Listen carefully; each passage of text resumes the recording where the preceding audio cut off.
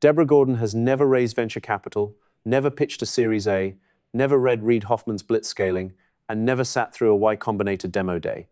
40 years in the Arizona desert watching harvester ants walk in circles taught her something about the coordination problem that killed WeWork, destroyed Homejoy, and takes down 70% of funded startups. What Gordon discovered at Stanford's biology department comes down to this. Ant colonies cracked the exact coordination problem that destroys companies between 20 and 200 employees, and they cracked it 100 million years ago. No Slack channels existed in their world, no all-hands meetings, no OKRs, just 10,000 individuals making local decisions that somehow produced intelligent collective behavior. The problem is that most founders build their companies like they think ant colonies work, with a queen giving orders from the top. That's not how ant colonies work at all, and that misunderstanding explains why Homejoy raised $38 million, managed 10,000 contractors, and collapsed in 6 months. Once you see how ants actually coordinate, you'll never run a team the same way. The Chihuahuan Desert in 1982 is where this story begins. Deborah Gordon was a young researcher working in the intellectual lineage of E.O. Wilson, the legendary Harvard myrmecologist who made ants respectable to study, and she marked her first harvester ant colony with a dot of nail polish. That same colony would receive her visits for the next 28 years, generations of ants solving problems that would paralyze a Fortune 500 company right before her eyes. What she expected to find was the queen running operations, delegating tasks, enforcing some version of command and control. What she actually found was that the queen does almost nothing. Egg-laying is her only job. Traffic direction doesn't fall to her. Foraging decisions happen without her input, and she has no idea what's happening at the entrance of her own nest. Nobody runs the colony, and that's what makes the colony run. Ant colonies operate on a principle called stigmergy, a term coined by French biologist Pierre-Paul Grasset in 1959 while studying termite mound construction, and it means coordination through environmental modification. Ants communicate by changing the world around them rather than talking to each other. When a forager finds food, she doesn't return and make an announcement. A chemical trail gets left behind, a pheromone signature that says food this way, and other ants encounter the trail and follow it. Finding food means they reinforce the trail on their way back, while empty food sources get no reinforcement and the trail evaporates. Meetings don't happen, memos don't circulate, decisions don't get made at the top and pushed down. Thousands of simple interactions create complex, adaptive behavior instead. The pheromone system goes beyond finding food, and that's where things get interesting. What these ants built is a distributed algorithm for resource allocation, one of the hardest problems in any organization. Gordon discovered that harvester ant colonies adjust their foraging rates based on information no single ant possesses. The mechanism works like this. When a forager returns to the nest, she briefly touches antennae with ants near the entrance, and if she encounters many returning foragers in quick succession, that high interaction rate signals that foraging conditions are good. More ants head out as a result. Sparse returning foragers mean the rate drops and ants stay home. No ant knows how much food is available, and no ant knows how many foragers are out. The colony knows because the information emerges from the pattern of interactions. Stanford computer scientist Balaji Prabhakar collaborated with Gordon in 2012 on a paper published in Pelo's Computational Biology, and what they realized was remarkable. The ant's algorithm for regulating foraging is mathematically identical to TCP, the transmission control protocol that regulates data flow on the internet. Both systems solve the same problem of maximizing throughput without overwhelming the network. And this isn't just a metaphor. A formal algorithm called Ant Colony Optimization, or ACO, gets used by FedEx to optimize delivery routes and by airlines for fleet scheduling. Marco Dorigo developed it in 1992, and it's now standard in computational logistics. The ants figured it out 100 million years before ARPANET. What does this have to do with your company? Everything, because the problem ant colonies solved, coordinating thousands of actors with limited local information to produce coherent collective behavior, is exactly what kills companies during what venture capitalists call the scaling crisis. The reason this crisis hits between 20 and 200 people isn't random. Anthropologist Robin Dunbar identified 150 as the cognitive limit for stable social relationships, what's now called Dunbar's number, and below that threshold, you can coordinate through relationships, because you know everyone and can read the room. Above it, relationships can't carry the load anymore, which means you need systems. 10 people who could fit in a room and read each other's minds become 50 people across 3 time zones, and suddenly everything takes twice as long. Communication overhead eats your velocity, decisions bottleneck at the founders, and teams duplicate effort or work at cross purposes. The standard advice calls for more process, more hierarchy, more meetings to coordinate, more managers to manage, and this is the Blitzscaling playbook of hiring fast, adding layers, and professionalizing. Ant colonies reveal that this instinct is exactly backwards. Better distributed coordination beats more centralized control. Better signals beat more communication. Smarter environments beat more management. Pheromone trails in ant colonies translate to shared context in startups. Adaptive foraging as a goal becomes adaptive resource allocation. Interaction rates as a mechanism become feedback loops. The mechanism is identical and only the materials differ. Most founders don't see this. They scale by adding layers, more VPs, more approval chains, more Slack channels, and they're building a hierarchy because they think that's what professional companies look like. The most resilient and fastest scaling organizations like Amazon, Spotify, and early Netflix all converged on something that looks much more like an ant colony than an org chart, with distributed authority, local decision-making, and shared signals instead of shared meetings. One version of this fails spectacularly, and that deserves acknowledgement. Zappos tried to implement holacracy, a formal no-hierarchy system, and it nearly destroyed the company. Valve's flat structure works for game development but creates chaos in other contexts. The ant model isn't about eliminating structure, but rather replacing centralized decision-making with distributed sensing, which is a different thing entirely. The first principle is called recruitment threshold, and it explains why your best people keep quitting. Not every ant in a harvester ant colony responds to a pheromone trail with equal enthusiasm. Gordon's research, detailed in her 2010 book Ant Encounters, showed that ants have different activation thresholds, with some ants needing barely a whiff of pheromone to head out foraging, while others need a strong and well-established trail before they'll move. This is a feature rather than a bug. Low-threshold ants serve as scouts who exploit new opportunities first, while high-threshold ants serve as stabilizers who only commit when something is proven. Both activation patterns are necessary for the colony. Gordon documented something strange over her decades of observation. Entire colonies develop distinct personalities that persist across generations.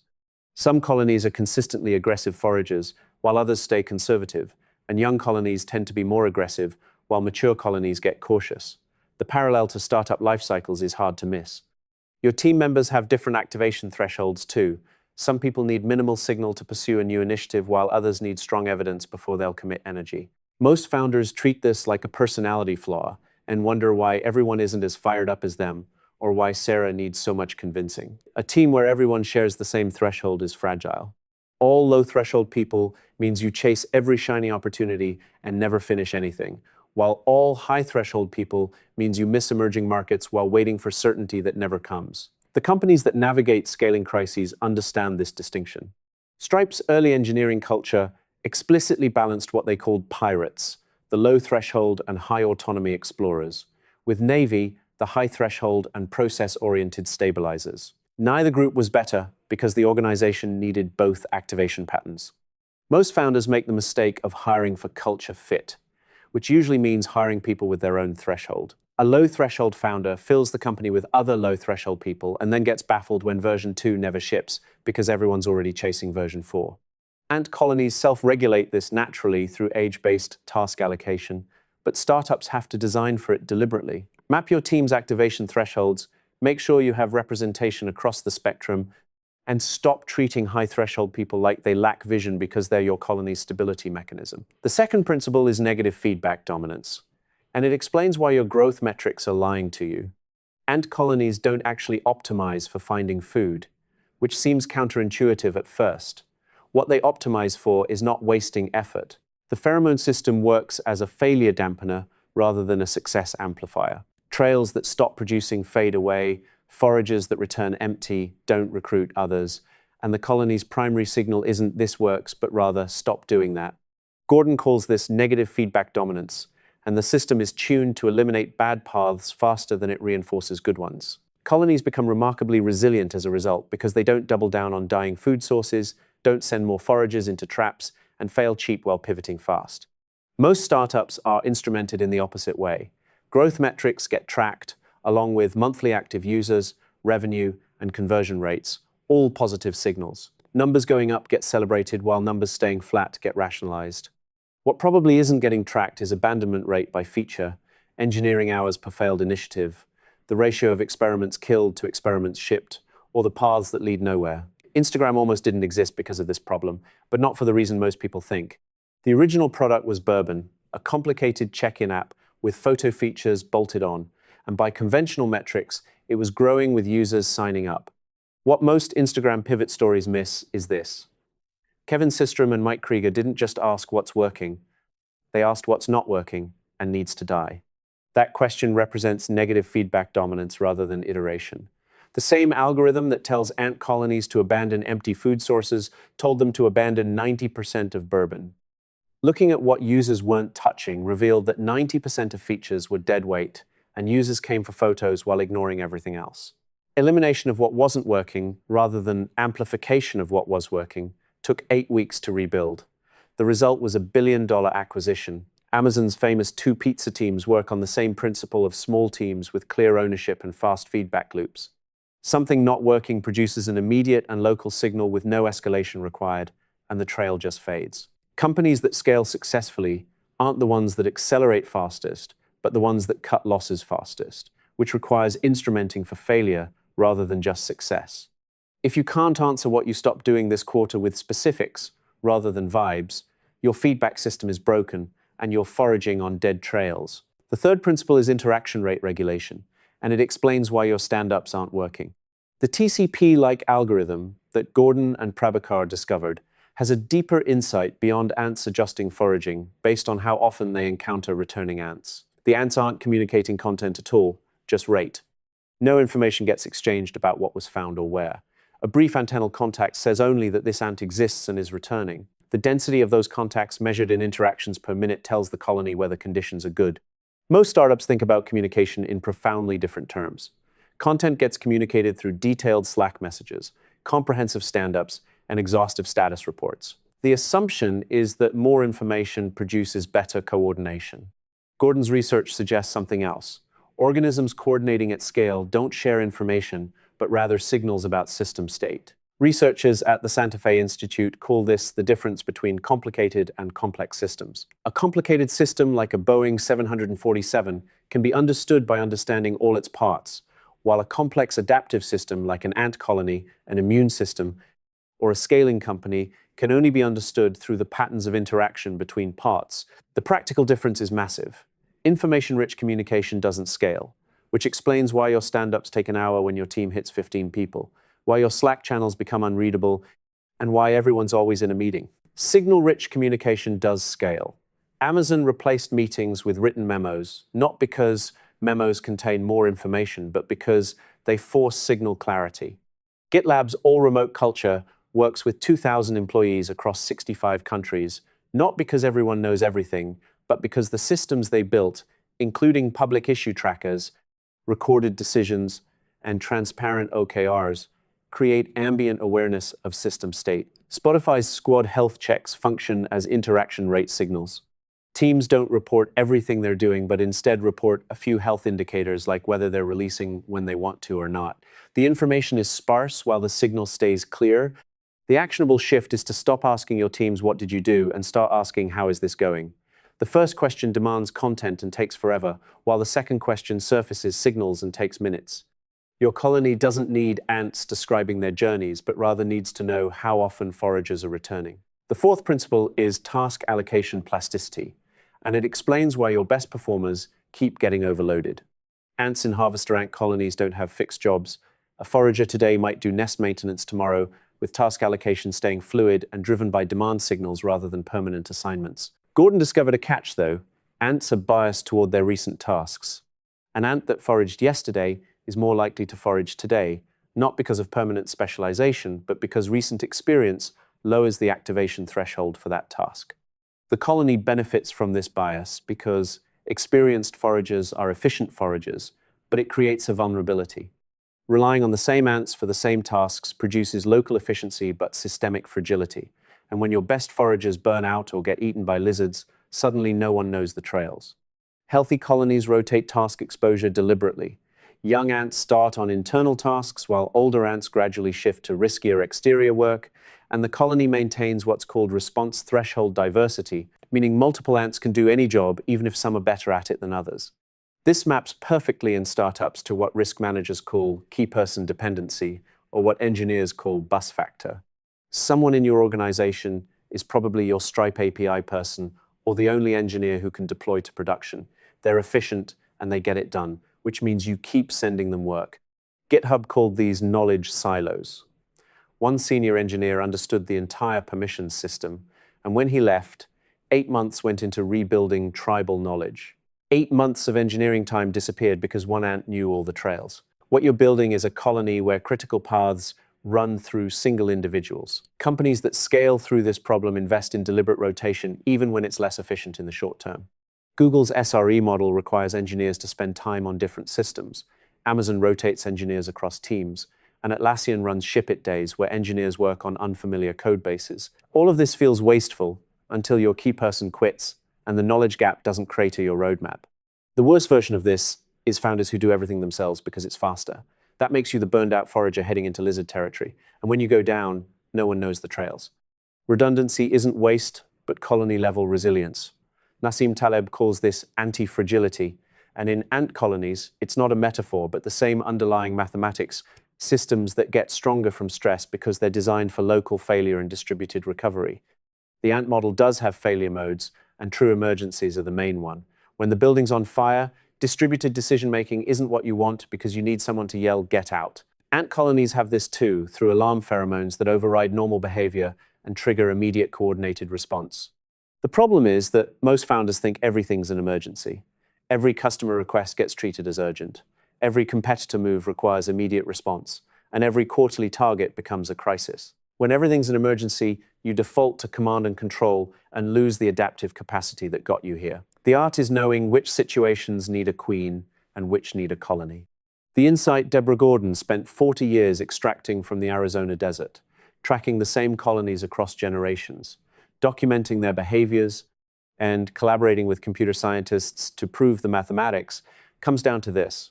Coordination at scale isn't a communication problem, but an environmental design problem. Ants don't coordinate by talking more, but by building systems where local behavior creates global intelligence. Pheromone trails, interaction rates, activation thresholds, and task plasticity mean the environment itself carries the information. Recruitment threshold, negative feedback dominance, interaction rate regulation, and task allocation plasticity aren't separate tricks. They're all expressions of the same truth. The best way to scale coordination is to stop trying to centralize it.